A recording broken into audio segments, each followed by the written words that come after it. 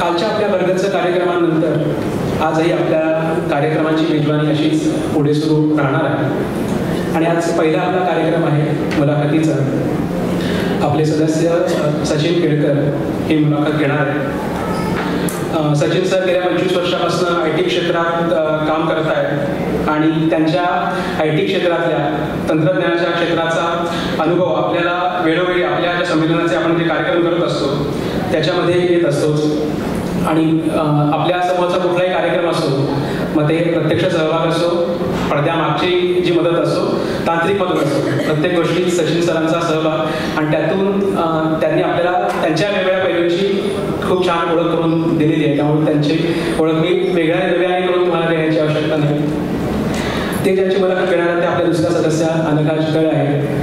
चितळे उद्योग समूह हा आपल्या मराठी मनाचा मानबिंदू की मराठी समाजाची वैशिष्ट्य म्हटलं की काय, की मग जे आपल्याला काही लेखक आठवतात, काही उद्योग ब्रँड आठवतात, काही कला प्रकार आठवतात, तर त्या उद्योगामध्ये चितळे समूह हे नक्कीच एक मानाचं नाव आहे की गुणवत्ता, सचोटी आणि एकूणच त्यांच्या व्यवसायाची पद्धत आणि त्यातून ते जे समूह काम करतो आहे सामाजिक काम, या सगळ्यामधूनच या समूहाने अतिशय एक वेगळी ओळख मिळवलेली आहे.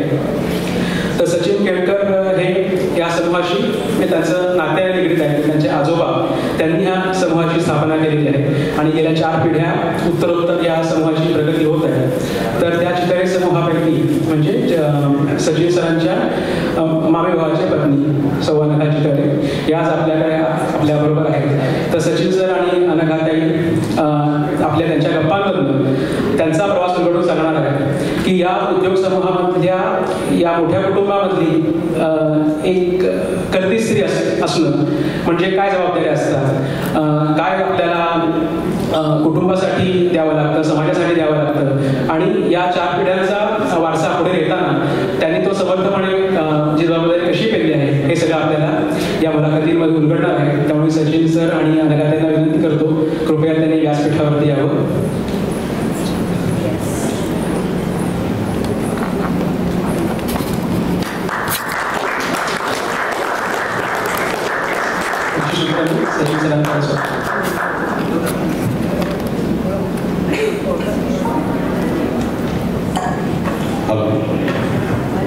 नमस्कार, सुप्रभात. आज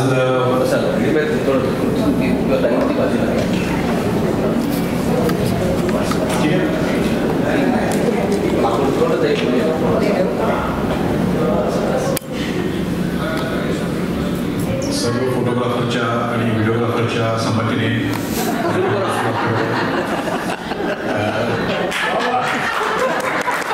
महत्वाचं आहे, त्याला प्रेम मिळणं खूप गरजेचं असतं आणि प्रेशियस प्रेम आहे. आजचा आपला जो सुरुवातीचा कार्यक्रम आहे हा म्हटलं तर एकदम खूप घरगुती कार्यक्रम आहे, फॅमिली कार्यक्रम आहे. कारण सौ अनघा चितळे माझी वहिनी आहे, त्यामुळं त्या हक्काने प्रश्न विचारू शकतो, पण प्रश्न आपल्याबरोबर शेअर करायचे. त्यामुळे आम्ही असा एक कौटुंबिक संवाद न ठेवता थोडंसं वेगळेपण आणण्याचा प्रयत्न करू. सर्वप्रथम आपल्यापैकी चितळे ब्रँड कोणी ऐकला नाहीये असं बहुतेक शक्य नाहीये, कारण गेले 86 वर्ष महाराष्ट्राच्या किंवा भारताच्या दुग्ध व्यवसायामध्ये नाव कमावलेला हा समूह आहे. आणि सगळ्यात महत्वाची गोष्ट म्हणजे आता कर्मधर्म संयोगाने आपण आज कराडमध्ये आहोत. कराडपासून फारसं लांब नाहीये, म्हणजे चितळ्यांचं मूळ गाव लिंब हे साताऱ्याजवळ, आता जी डेअरी आहे किंवा दुग्ध प्रकल्प आहे ते बिलवडी हे कराडपासून त्या फारसं लांब आहे. म्हणजे आपण म्हणतो की पंचकृष्ण किंवा आज आपला कराडमध्ये कार्यक्रम होतो ह्या म्हणजे पण बिलवडीच्या जवळच होता आणि कृष्णा नदी जी कराडमध्ये जाते ती बिलवडीच्या बिलवडीमध्ये आहे, त्यामुळे तो एक कनेक्शन आज आपल्या कार्यक्रमाला आहे. मी सुरुवातीला एक चितळे समूहाबद्दल थोडीशी कल्पना देतो आणि मग आपण अनघाताईंना विचारू की सध्याची त्यांची प्रोग्रेस किंवा आता काय स्टेजला हा उद्योग पोचलेला आहे. तर हा व्यवसाय माझ्या आजोबांनी, माझ्या आईच्या वडिलांनी, काही बाबासाहेब चितळे 1939 मध्ये चालू केलं आणि कालांतराने त्याचं स्वरूप बदलत आज 2025 मध्ये भारत आणि भारताबाहेरही या समाजता व्याप्ती वाढलेली आहे. आपल्याला अनेक प्रॉडक्ट्स माहितीच आहेत. दुग्ध आणि दुग्धजन्य पदार्थ, मिठाई, नमकीन अशा अनेक क्षेत्रांमध्ये आज आपल्याला चितळे ब्रँड हा सगळीकडे बघायला मिळतो. पण या व्यवसायाचं जे एक गुणवत्ता, सातत्य, तंत्रज्ञान याचा जर एक अनोखा संगम बघायचा असेल तर चितळे डेअरी किंवा चितळे डेअरी प्लांट हा जो भिलवडीला आहे तिथे आपल्याला नक्की कधीतरी आपल्याला भेट द्यायला नक्की आवडेल. आणि आपल्यापैकी काही सदस्यामध्ये तिथं आम्ही छोटी ट्रीप केली होती. पण त्याच्यानंतर आपण मी अनघा यांच्या वतीनं सांगू शकतो की जरी आपल्याला कोणाला यायचं असेल तरी आपण नक्की त्याचा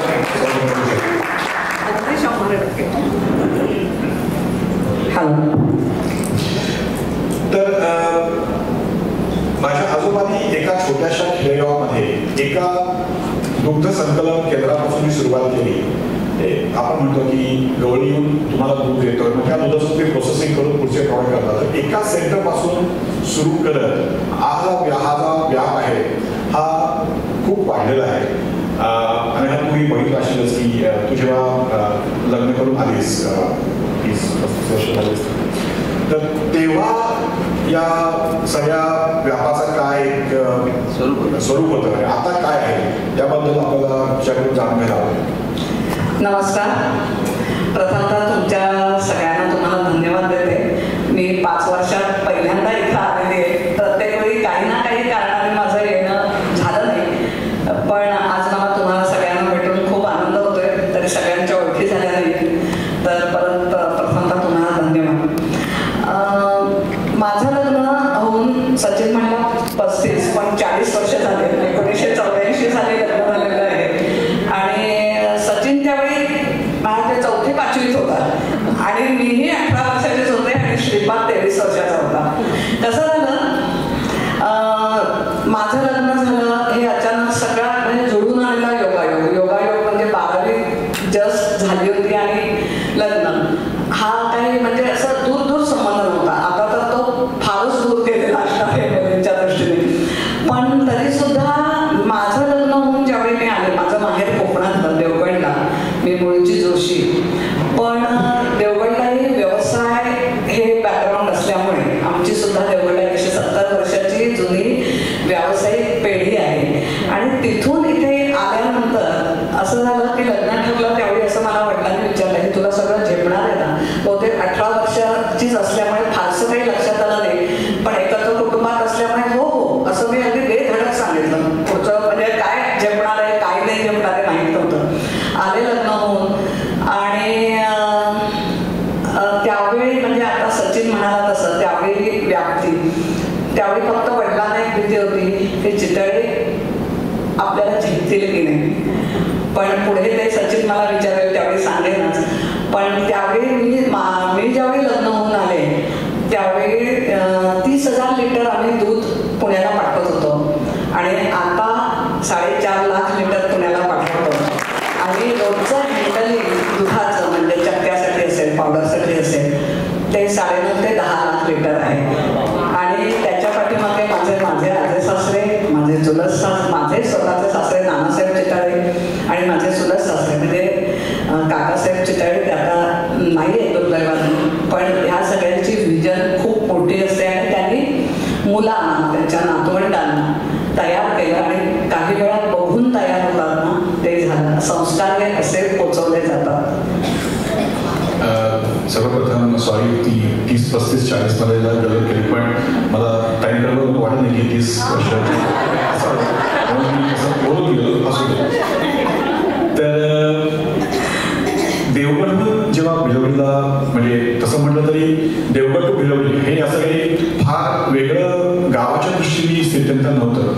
पण जेव्हा देवगडमध्ये असताना कला किंवा संस्कृती किंवा साहित्य याबद्दल आवड होती का?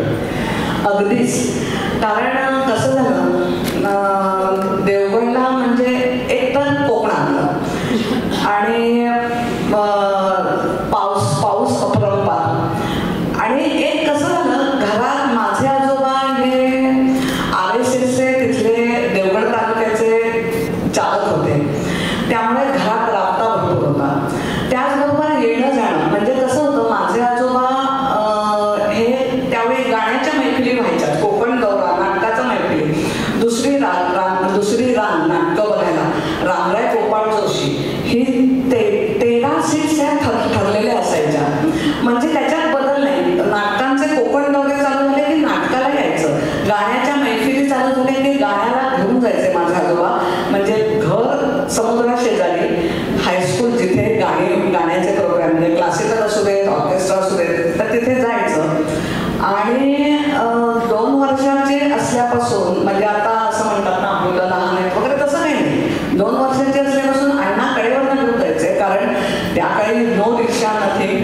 मला कंटाळा आला की परत खाली सोडायचे आणि परत कार्यक्रमाला यायचे, कारण ते साथ संगतीला हार्मोनियम वादनाला होते.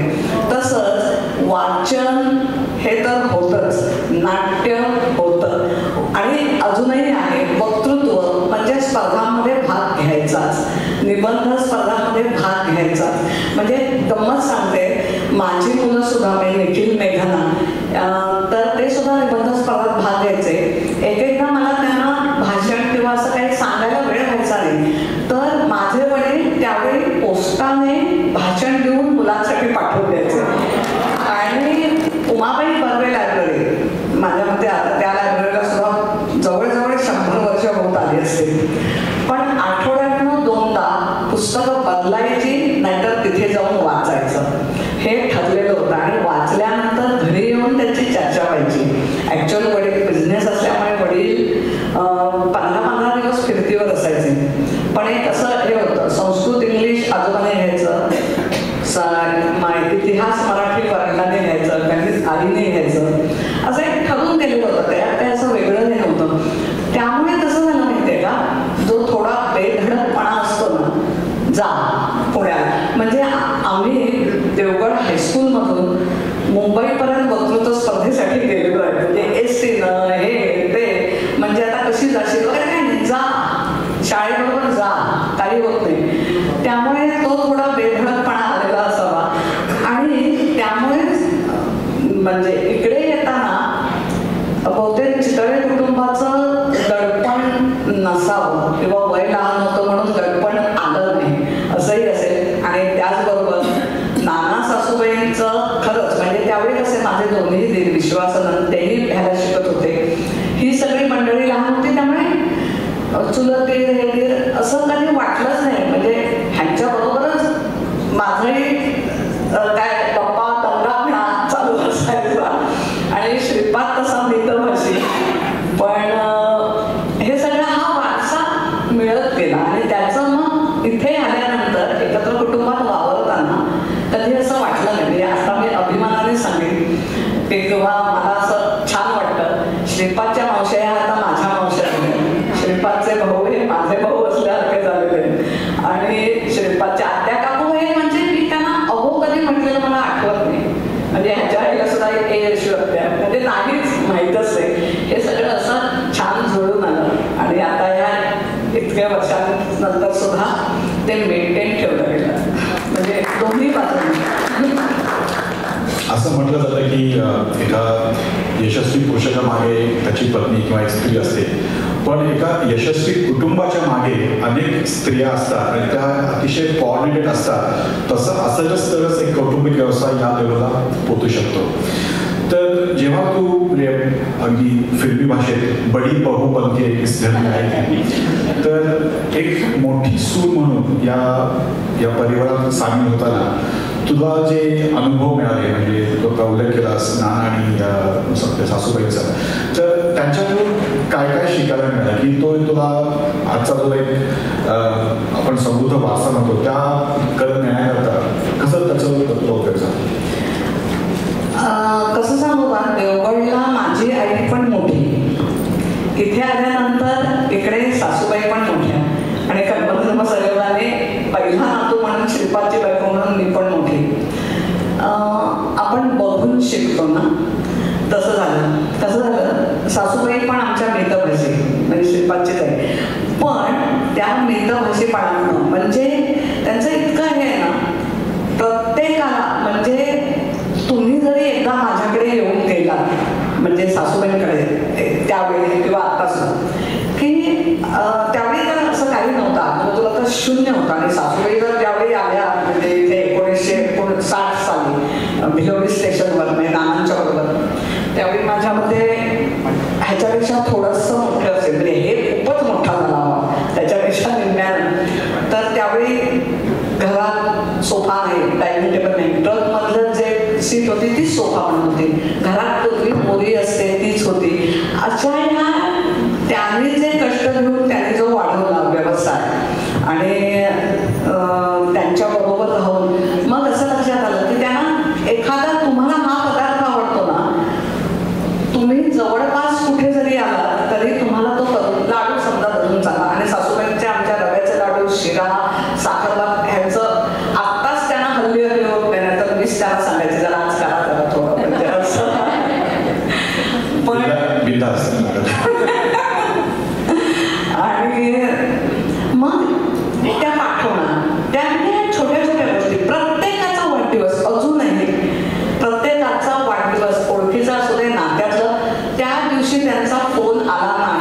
असं होणे नाही. त्याचबरोबर कुटुंबाला कसं सांभाळून घ्यायचं, जिथे शिस्त लावायची पण ती गोड बोलून किंवा न बोलून, म्हणजे आपल्या वागण्यातनं ती शिस्त लागली पाहिजे. मग त्या म्हणायच्या, म्हणजे त्यांनी असं आपण मला असं काही, आणि खरं सांगायचं तर 18 वर्ष आल्यामुळे मी त्यांच्या, आता 40 वर्ष मी इथे, त्यामुळे त्यांच्याचकडनं बऱ्याच गोष्टी शिकले.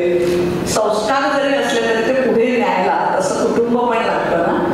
आणि त्यामुळे आणि एक म्हणजे माणसं किती चांगली असावी, नाना सासूबाईंचा एकच हे सांगते. आणि त्याच्यानंतर मग असं लक्षात आलं की अरे हे आपल्याला पुढे जाऊन सांभाळायचंय, असं थोडंसं मोठं झाल्यावर लक्षात आलं. एक अनुभव सांगते. काय झालं, लग्न ठरलं आणि मग काय असं ठरलं की तुम्ही बाबा 500 लोकांचं तुम्ही हे करा असं वगैरे. आणि नंतर असं झालं की चितळ्यांचे 750 लोक झाले. ठीक आहे, दादा म्हणाले मग आनंद मंगल कार्यालय पुणे, तिथे लग्न झालं. आणि दादा अनंतराव देसाईंना पैसे द्यायला गेले.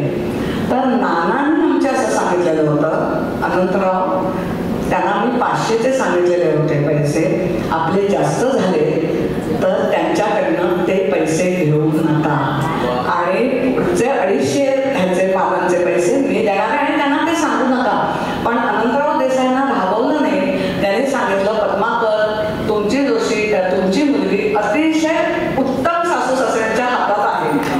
त्यामुळे हे जे शिकायला मिळालं ना, आणि दातृत्व आणि हे सगळं, म्हणजे दान हे ह्या कानाचं त्या कानाला कळलं नाही पाहिजे. तसं आहे ना, तसंच आमच्या नानांचं आणि सासूबाईंचं पण आहे. मग देणं असू दे, काही असू दे, कळणार नाही. आणि हे सगळं म्हणजे हे माझ्या माहेरी पण होतं, पण हे पुढे अरे म्हणजे एवढे मोठे अरे कळत नाही आपल्याला असं.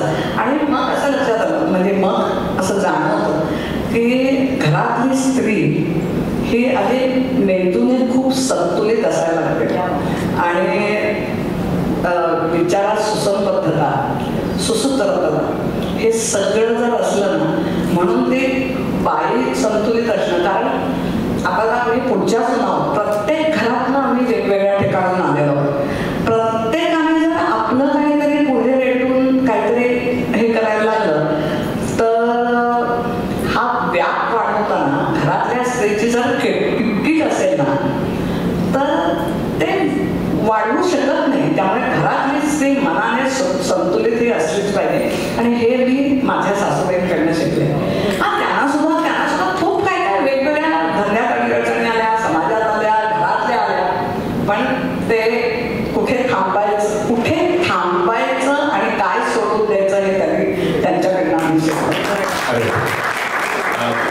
एक सांगायची गोष्ट म्हणजे आज तागत भिजवडीमध्ये माझे 5 भाऊ एकाच कॅम्पसमध्ये राहतात आणि या 5 घरांमध्ये कुणी केव्हाही आम्ही कधी जातो कधी येतो असं त्या घरांमध्ये वास्तविक जवळजवळ असतील, पण ते घर म्हणून एकच आहे असं मलाही वाटतं, आजही वाटतं. आणि आता अंगात म्हणायला ही जी एक सुसंवाद आहे किंवा एक सुसूत्र ही घरातल्या स्त्रियांमुळेच होऊ शकते. आणि हा ट्रेंड किंवा हा पॅटर्न आता पुढच्या पिढ्यातही कंटिन्यू आहे असं मी प्रत्यक्ष सांगितलं आहे. पुढचा प्रश्न असं माझ्या देखील आता उल्लेख केलास की नानासाहेबांनी व्यवसाय खात्याचं काम केलंच, पण व्यवसायाच्या व्यतिरिक्त बरंच काही केलं. कारण होतं कसं की बिलोरीसारख्या गावामध्ये आपण जेव्हा 5-1 हजारांच्या वरती शेतकऱ्यांची किंवा जे दूध देणारे लोक आहेत त्यांच्याशी आपण संपर्क करतो आणि रोज त्यांच्याकडून आपण दूध गुणवत्तेचं घेतो आणि त्यांना व्यवसायाला मदत करतो. हे करत असताना नकळत आपलं कुटुंब हे त्या प्रोसेसमध्ये वाढत जातं. तर इकॉनॉमिक डेव्हलपमेंट जेवढी गरजेची आहे त्याकरता चित्रसमोर खूप गोष्टी केल्या त्या आपण थोड्याशा ऐकूच, पण त्याच्याबरोबर एक कल्चरल डेव्हलपमेंट किंवा या परिसराची होण्याकरता चित्रसमोरनी काय काय केलं हे आपल्याला काय करायचं.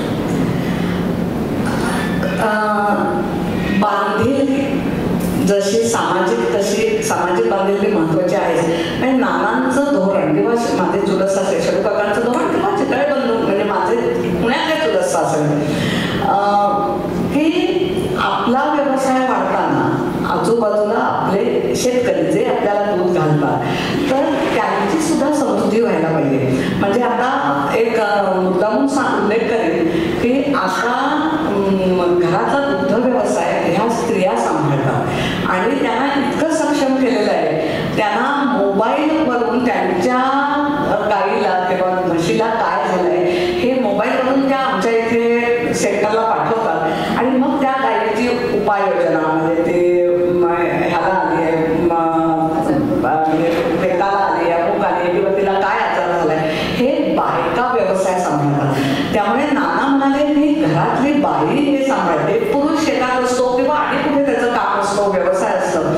आणि त्याचबरोबर हे करत असताना म्हणजे त्यांना तर समृद्ध केलं, गाव समृद्ध केलं आणि शैक्षणिक दृष्ट्या आपल्या भिलवडी गावातल्या मुलींना त्यावेळी म्हणजे असं नव्हतं नाना म्हणजे आमची ज्यावेळी भिलवडी हायस्कूल चालू झालं त्यावेळी चंद्राताई षडोलीकर म्हणजे ज्या आमच्या चितळे कुटुंबाचा भलभक्कम आधार, त्यावेळी त्यांची स्टोरी म्हणजे आणखी 5 तास जातील इतकं, पण तरी सुद्धा त्या माता बाल संगोपन म्हणजे मस्कर डॉक्टरांचं जे आहे त्याच्या त्या सर्वे भिलवडी गावातल्या सर्वे सर्व कारण त्यांचं व्यक्तिमत्व. पण नानांच्या पाठीमध्ये किंवा चितळे कुटुंबाच्या किंवा माझ्या सासूबाईंच्या पाठीमध्ये अशा भलभक्कम उभ्या आणि शाळा चालू केली त्यांनी पहिली.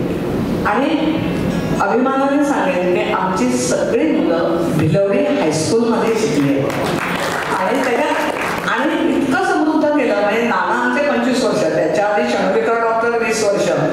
आणि आपल्या मुलींना आपल्या गावातल्या मुलींना शिकायला सांगलीला आता सगळं झालंय, 2 व्हीलर झाले, अमुक झाले, तमुक झाले, पण ते जायला लागतं म्हणून तिथे कॉलेज काढणं. मग चितळ्यांनी वेळोवेळी की मदत म्हणजे हायस्कूल म्हणजे आपलं हायस्कूल असल्यासारखंच आहे ते आता म्हणजे सरकारीच आहे, सरकारी त्याचं एड आहे हे आहे सगळं, पण आपल्या गावाच्या समृद्धतेसाठी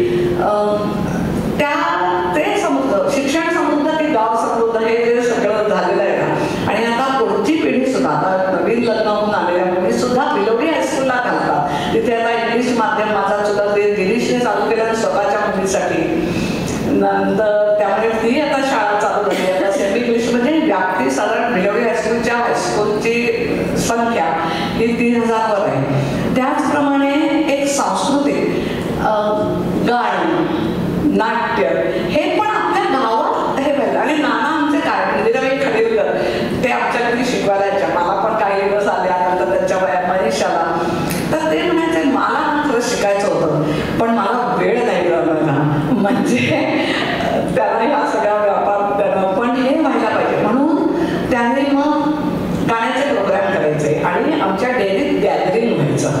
आता हल्लीच म्हणजे 20 वर्षापूर्वी बंद झालं, काय ना काय ना व्याप पण वाढले.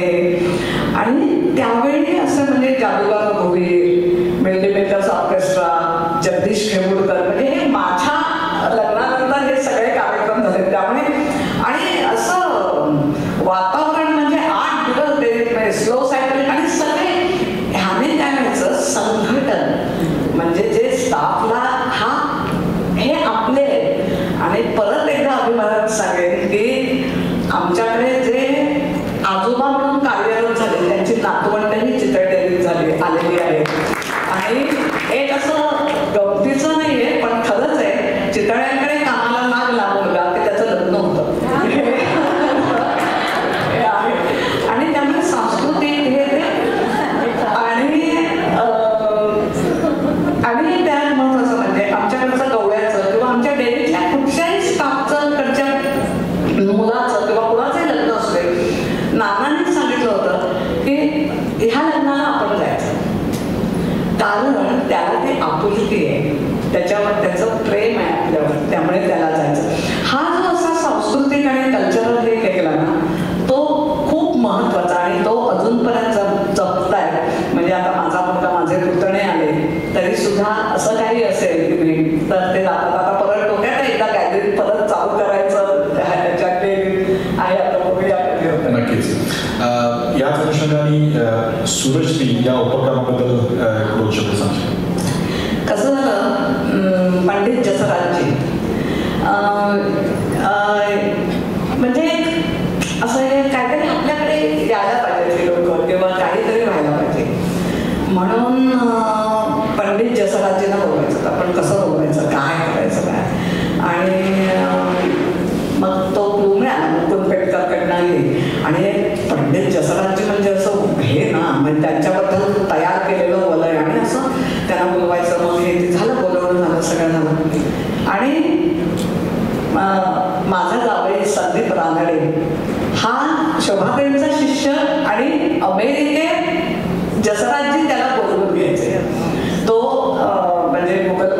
म्हणजे तो स्वतःला गीत गायक म्हणतो. त्याने आता नादसाधना ॲप डेव्हलप केलाय आणि ते तर मग जसराजीने असं झालं आणि मग ते आले आणि आम्हाला असं वाटलं आता ह्यांच्याशी कसं काय बोलायचं आणि काय वगैरे. आणि कार्यक्रम 9 वाजता थोडा उशीर व्हायला लागला. बाकीचे लोक म्हणायला लागले अभि तो बापूजी को नाही चढेगा ऐसा ऐसा. तर मग श्रीपाद म्हणला बापूजी आणखी आमचे 2-3 लोक यायचे तर तुम्ही हे म्हणजे थोडं थांबायला लागेल. ते म्हणाले श्रीपादला श्रीपाद तू सांगशील त्यामुळे कार्यक्रम चालू करूया. आणि नंतर एक बैठक घालून त्याने रात्री 2 वाजेपर्यंत 9:30चा कार्यक्रम चालू झालेला रात्री 2 वाजेपर्यंत चालू झाला. आणि सगळ्यात महत्वाचं म्हणजे संदीपला त्यांनी शेजारी बसवून घेतलं आणि नाहीतर पाठीमागे बसतात ना. संदीपला ते म्हणाले नाही नाही तिचे नाही भेटणार इधर मेरे पास बैठो. त्यामुळे हे सगळं चालू झालं आणि मग साधारण भिलवडीला आमचा एक रिक्रिएशन हॉल आहे तिथे दरवर्षी 1 किंवा 2 आम्ही कार्यक्रम करतो. हे मग भिलवडीपुरतं सीमित न राहता सांगली गावातही तरुण पिढीला ह्याची आवड निर्माण व्हायला पाहिजे. म्हणजे नुसतं नाट्य पंढरी आहे गाणं पंढरी आहे असं नको. मग मंजुषा मग तिचं काहीतरी म्हणजे योगदान. आणि मग असं झालं की सुरजची म्हणजे श्रीपादच्या डोक्यात आलं की आपण एक असं चालू करूया काहीतरी. आणि मग आमचे सुरेश पाटील आणि श्रीपाद चितळे म्हणून ते सुरश्री असं. आणि ते मग झाली यंदाचं आता 4थं वर्ष होतं. मग जावेद अली 1 वर्षाला जयतीर्थ मेवुंडी आणि व्यंकटेश कुमार ही सगळी मंडळी. आणि आता विचार करायला लागली आहेत लोक की अहो आम्हाला सांगलीत बोलवा हा तुमचं हे करायला. कारण त्याचं नियोजन त्याचं आयोजन हे जसं चितळे डेअरीचं सगळा कारभार आहे ना तितकंच सुसूत्र असतं. आणि आता सांगलीतली तरुण पिढी सुद्धा म्हणजे आमच्या ओळखीची मुलं असतील किंवा की आपल्याकडे श्रीपादांना यंदा काही तुमची हालचाल दिसत नाही आहेत कार्यक्रम करायची यंदा काय आहे. आणि श्रीपादचं नेहमीचं असं आहे की जरा ते थोडंसं एकदम एक धक्का द्यायचा असं म्हणजे उशीर ठेवून ठेवून असं हे करायचं. आणि अतिशय सुंदर प्रतिसाद त्याला मिळायला लागला. आणि तरुण मुख्य त्याचा हेतू हाच होता की तरुण पिढीला शास्त्रीय क्लासिकल आणि याची आवड निर्माण व्हावी. म्हणजे गेल्या वर्षी मुग्धा आणि प्रथमेशला बोलवलं होतं. अतिशय हुंबल मुलं ही सगळ्यांना तुम्हाला माहिती असेल अतिशय जयतीर्थ मेवुंडी व्यंकटेश कुमारवर म्हणजे परवा आमच्या इथे हॉलवर साजरा केला होता कार्यक्रम झाला सॉरी. तर ते माझ्याकडे 5-6 वेळा मला भेटले असते अगदी जवळनं. अरे बेटा मेरा गाना कैसा लगा. हो मला वंदन आहे माझं कशाला तुम्ही म्हटलं मला नाही ऐसा नाही गुरु का आशीर्वाद होता तो मिळता आहे. म्हटलं हो खरंच आहे. व्यवसायात सुद्धा नाना आणि आमचे कर्मयोगी आहे त्यामुळे ते म्हणतात की तो वाचलाय ना त्याचा आशीर्वाद. हे असं व्यवसाय आणि संस्कृती हे असं सांगड राहिलं ना हे आता चितळे कुटुंबाचं एक ब्रीद झालंय असं आपण म्हणतो. विषय खूप आहेत समूहाच्या बद्दल आपण फारसं काही बोललोच नाही पण खूप आजचा प्रसंग नव्हताच.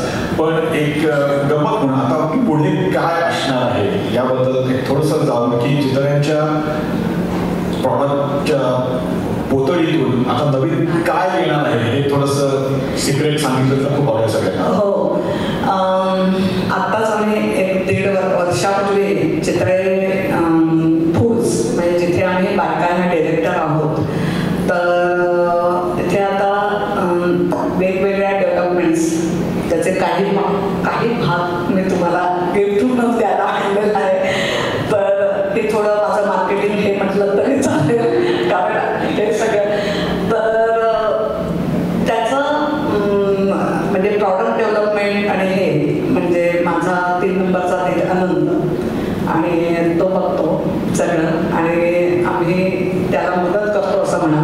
आणि माझा 2 नंबरचा धीर विश्वास हा त्याने म्हणजे तो एक नवीन शोध असं हे त्याचं सचिन आणि त्याचं म्हणजे चर्चा आणि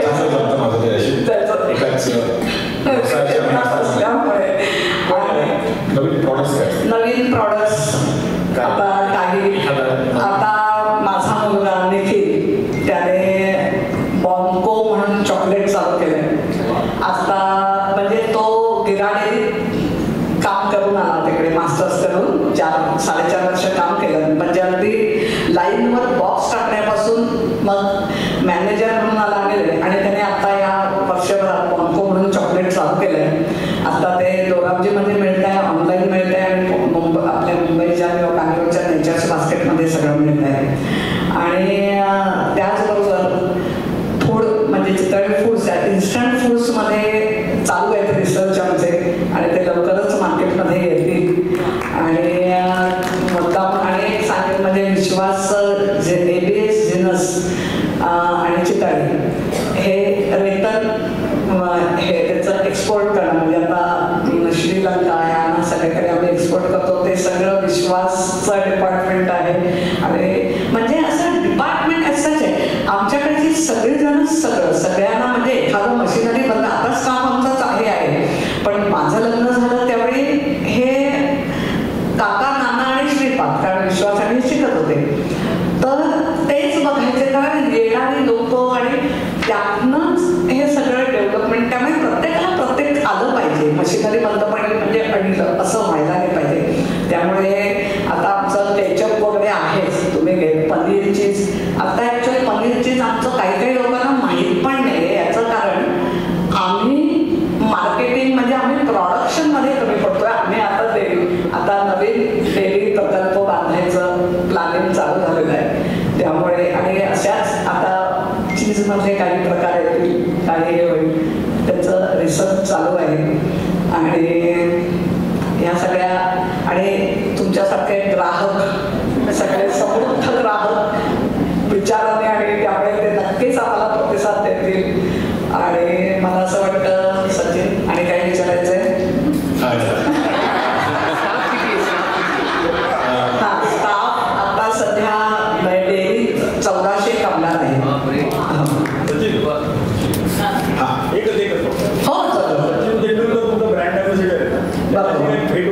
हो मध्ये त्याला बोलत होतं म्हणजे त्याची मुलाखत आणि हे तर फारच चांगले आमचे प्रत्येक अक्षरशः खूप वेळ पण कमी होता. पण त्याने जे मुलाखतीत बऱ्याच गोष्टी सांगितल्या त्याचा हंबलनेस तर तो आहे. आणि भावाच्या प्रती म्हणजे भावाने मला कसं घडवलं नाही तर मी आज सचिन तेंडुलकर झालो नसतो. आणि त्याचं एक वाक्य मी लक्षात ठेवलं म्हणजे माझ्यासाठी म्हणा किंवा असं मी माझ्या मैत्रिणींना किंवा मित्रांना पण सांगते की टेन्शन हे इथे घ्यायचं नाही. इथे घेतलं तर माणूस पोचते पुढे जातो, असं घेतलं तर खाली जातो.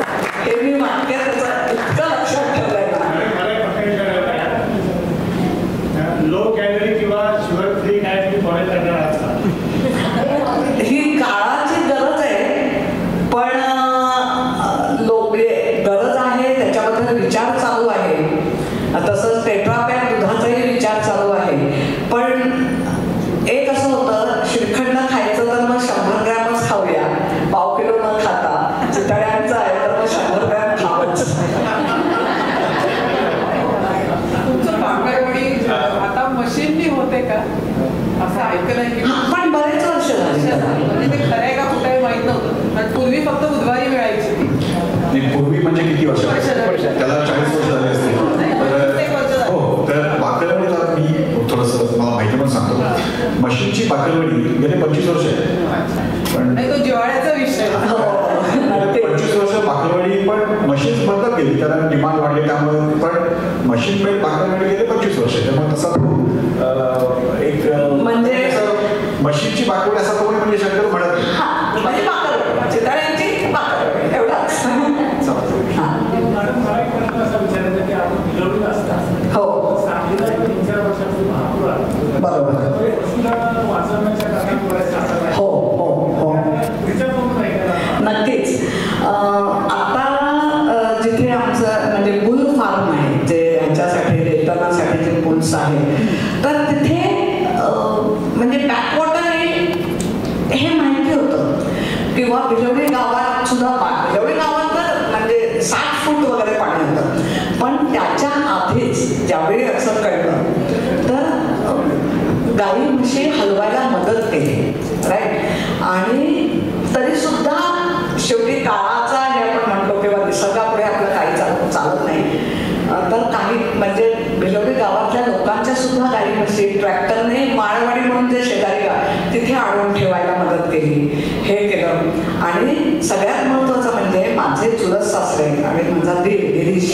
कामं करत हे दोघं आमचं बिलोली गावात घर आहे ना तिथे थांबले. कारण आपलं गाव आहे आणि आपण सोडून नाही जायचं. सगळ्यात शेवटी ते स्टेशन होते जिथे आता आपला डेअरी हे ऐकते आणि ज्यावेळी ते बुल्स म्हणजे आमचे तिथे पाणी वाढायला लागलं. पण असं करा, तुम्ही दिलेलं असतं, तुम्ही केलेलं असतं, तुम्ही नानांनी जे लोकांवर किंवा ह्या माझ्या निराने हे जे लोकांसाठी त्याचं कशी परतफेड असते बघा. तर बरेचसे काढले म्हणजे माझे मुलं पुतणे मुलगा पुतणे सगळे तिथे ट्रॅक्टरने त्या बुल्सना आणलं आधी आणि 2-3 गाई एकदम पाणी वाढलं आणि त्या गायींच्या अगदी पर्यंत आलं. तर त्या म्हणजे बुरुंगवाडी किंवा तिथे बुरुंगवाडी ब्रह्माळ बुरुंगवाडी असं ते गाव आहे तिथलं जिथे आमचं हे आहे तिथे बुलफा 2 किलोमीटरवरच आहे 2-3 किलोमीटर. तर त्या 2-3 गाडी राहिल्या. आता म्हणजे आपल्या डोळ्यासमोर आता काय करायचं असं तर तिथलेच एक 2-3 तरुण मुलगे ते म्हणाले श्रीपाद विश्वासामध्ये नाना तर घरीच होते ऑब्विसली वय आहे त्यांचं पण नाना बेचैनी की आता हे तुम्ही कसं काय. तर ते म्हणले श्रीपाद तुम्ही काळजी करू नका आम्ही पुरात उतरतो आणि त्यांनी त्या गाडी धरून धरून पोहत त्याला बाहेर आणलं. म्हणजे तुम्ही जर गावासाठी ते लोक लक्षात ठेवतात हे नक्की. आणि सगळ्या समाजातील स्तरांचं म्हणजे समाजातील स्तरात चितळे कुटुंबावर अतिशय प्रेम आहे हे 100%. आपल्याला वेळेच्या अभाव थांबायला लागले कारण पुढचा कार्यक्रम करायचा आहे. जवळजवळ आज भेसळ सगळीकडे आहे तर आहे काय पण चितळे ग्रुप काय भेसळ होऊ नये म्हणून काय हो म्हणजे तो एक जवळजवळ 2 तासाचा विषय होईल आणि त्यासाठी खूप प्रयत्न म्हणजे काय करतात हे तुम्ही काम करा. तुम्ही तुम्हाला सगळं आपण इन्फॉर्मेशन